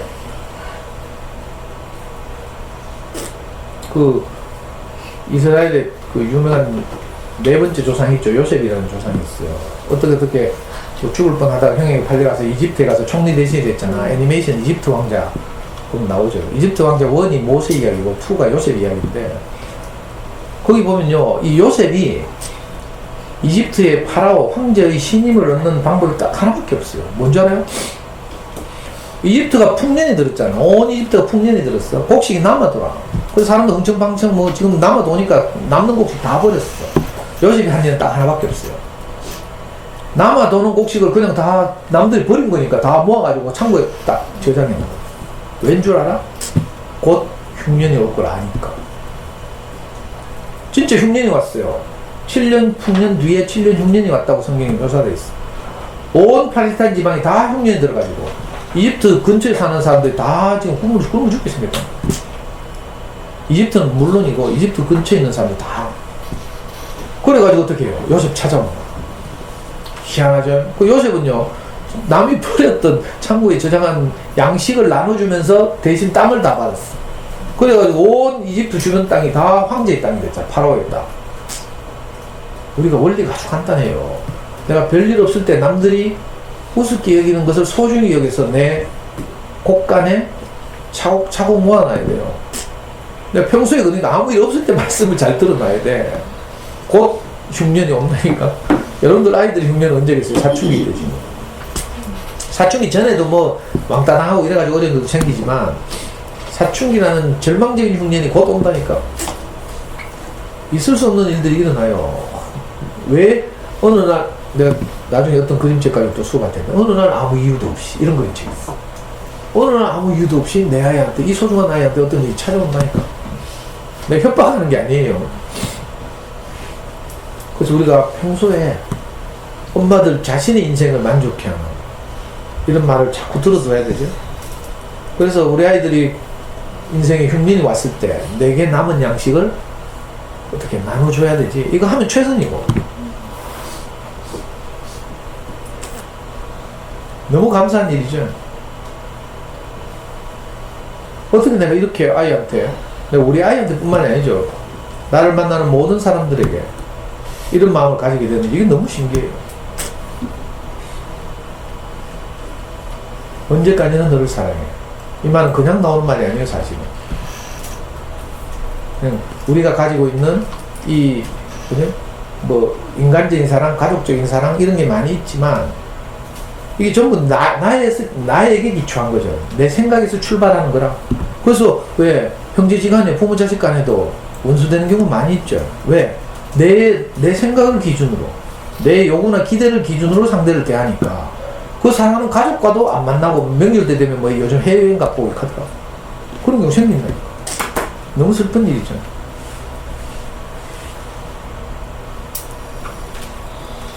저는 이 그림책 읽을 때마다요, 그 생각이 나요. 진짜로 아이 키우다 보면, 우리 애 기숙사 보낼 때, 대학 가서 기숙사에 집 내려줄 때, 집 내주고 돌아오는데 얼마나 눈물이 나든지.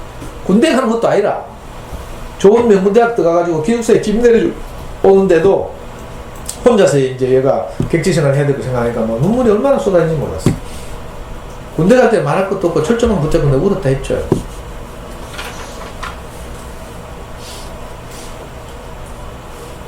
정말 다행이고 감사한 것이, 내 인생은 부족함이 없다. 이 말을 내가 늘 듣고 살았어. 지금도 내가 듣고 싶고 들어야 하고. 우리는 다 그거 있죠. 칭찬과 격려라고 이제 일반적으로 표현된, 이게 자존감을 높이는 거야. 진정한 의미의 칭찬과 격려는 인생은 행복하게 살기에 아무 부족함이 없습니다. 이건 내가 지는 말이 아니고요. 진짜로 유태인들의 세계관 안에서는 이제 유태인들이 하나님의 입을 빌려서 하나님이 사람을 창조하신 후에 보시기에 힘이 좋았더라. 그래서 더 이상 손댈 것이 없어서 일곱째 되는 날 쉬셨다. 이렇게. 이걸 우리 목사님이 우리한테 이야기하지 말 간잖아요. 만약에 네가 대학에서 미술 전공했다고 레오나르도 다빈치의 그림에 손대면 어떻게 됐어? 레오나르도 다빈치 기분이 어떻겠어요? 손가락 확 뿌라고. 레오나르도 다빈치나 미켈란젤로는 자기로서는 완벽하게 그림을 그렸기 때문에 붓을 씻은 거야. 그렇죠? 근데 그것다 대놓고 또 뭐 이게 부족하니까 하면서 붓을 더 하면 어떻게 돼요? 미친놈이지. 하나님이 사람을 이렇게 레오나르도 다빈치가 자기 작품을 완성하듯이 사람을 그렇게 창조해 놓고 힘이 좋았더라. 부족함이 없더라. 이래서 이제 손을 놨다니까. 근데 우리는 우리 스스로 생각할 때, 난 이것도 부족해, 난 저것도 부족해. 이래가지고 자꾸 덧대고 손을 대고 있어요. 자식에게도 손 대고 있죠, 자꾸. 답답해 죽겠어, 내가 볼 때. 아이는 고유의 어떤 게 있거든. 우리 연구소 애들 봐요. 다 개성이 다르고 이렇다니까. 어떤 놈은 한마디만 하고 울어보고 있잖아요. 어떤 놈은 아무리 말해도 빈정거리고 있잖아. 극단적이지, 극단적. 근데 그 아이는, 예? 한 놈은 후자는 후자대로의 장점이 있고요. 얼마나 막 내 연구소 몇 번 자르려고 노력했는데도 안 잘려. 엄마도 몇 번 연구소 떠난다고 목달에 싸우고 가놓고 다시 와. 희한하대. 끈질기대. 너무 신기하잖아요. 얘는 얘들의 매력이 있다니까. 또 맨날 우는 애는 맨날 우는 애들의 어떤 게 있어. 아이들마다 다 그게 다르거든. 신기하죠. 우리한테 이런 눈이 생겼네. 우리 목사님 늘 말했다. 오케스트라 보면, 그죠? 화음을 잘 내잖아요. 근데 오케스트라 제일 뒷자리 보면 음악대학에서 아무도 전공하지 않으려고 하는 악기 하나 있어요. 심벌즈라고. 소뚜껑 2개 큰 거 들고 앉아요. 근데 그게 없으면 곡이 마무리가 안 된다요. 그죠? 보통 이거 뭐야? 그 뭐라 하나? 두 마디가 아니고 이건 뭐지? 하여튼 그거 있잖아. 곡이 끝날 때나 뭐 이럴 때마다 심벌즈를 쿵 이렇게 연주해가지고 막 그 여운이 나오면서 음악이 끝나잖아요. 그렇다니까. 우리는 아무도 심벌즈를 안 하려고 바이올린이나 피아노를 하려고 하지. 오케스트라의 제일 앞자리에서 주목받고 드러나고 이러니까. 근데 오케스트라 지휘자 입장에서는 다 소중한 거야. 그죠? 바이올린은 바이올린이라서 소중하고, 피아노는 피아노라서 소중하고, 심벌즈는 심벌즈가 없으면 안 되니까 소중하고, 그런 거지. 인생이 이렇다니까. 그래서 다 귀하다니까. 버릴 것이 하나도 없고. 우리는 막 내 인생에서 지우고 싶은 것도 많잖아요. 그게 없으면 안 돼. 그 여드름 때문에 고생한 아이한테 그렇게 했어요. 너는 지금 이것 때문에 너무 이렇게 고생을 하지만, 그래서 애가 엄마 보고 정신과까지 가고 막 이렇게 한다니까. 근데 삼촌이 볼 때 네가 이런 어려움을 겪는 것이 앞으로 네 인생의 큰 자산이 될 것이다. 이렇게 말했어. 같은 어려움을 겪는 네 후배들을 볼 때 네가 해줄 말이 많아질 것이다. 경험 안 하면 모르잖아요. 근데 지가 그런 절망적인 경험을 해왔으니까 외모 때문에 고민하는 후배들 보면 그 아이들을 살릴 말을 할 수가 있어. 그렇죠? 그러면서 내 이야기를 했어요. 삼촌도 험한 인생을 살았는데 정말 절망적인 일들을 많이 겪었는데 그것 때문에 삼촌의 인생이 이렇게 풍성해졌다. 니도 지금 겪는 많은 어려움들이 다 네 자산이 될 것이다. 여러분들도 마찬가지고, 여러분들 자녀들도 그래요. 아이들이 이런저런 어려움을 많이 겪잖아요. 이게 내가 다 자산이 된다니까. 우리 생각에는 아무 어려움 없이 옷을 쓰고 화초처럼 무균실해서 그러면 뭐가 생겨? 면역력이 없어지잖아. 조그만 일만 있어도 막 엎어지고 막 그런다니까. 그러니까 여러분들과 여러분들의 아이들에게서 일어나는 어떤 일이라도 다 복이 되게 됐어. 성경에 이런 말이 있습니다. 믿음으로 받으면 버릴 것이 없다. 이런 말이 있어요. 제 말을 여러분들이 받으면 버릴 것이 하나도 없어. 어떤 일이 일어나도 다 복이 될 것이다. 그러니까 진짜 복된 인생이죠. 아니, 어떤 일이 일어나도 다 복이 된다는데. 안 그래요? 우리 생각에는 막 무사하고 뭐 이랬으면 좋겠잖아. 그게 아니라니까. 많은 일들이 일어날수록 더 풍성해진, 인생이 풍성해진다니까. 우리 연구소 안에서도 많은 일들이 일어나요. 아무 일도 안 일어나면 뭐 할 말도 없어, 나도.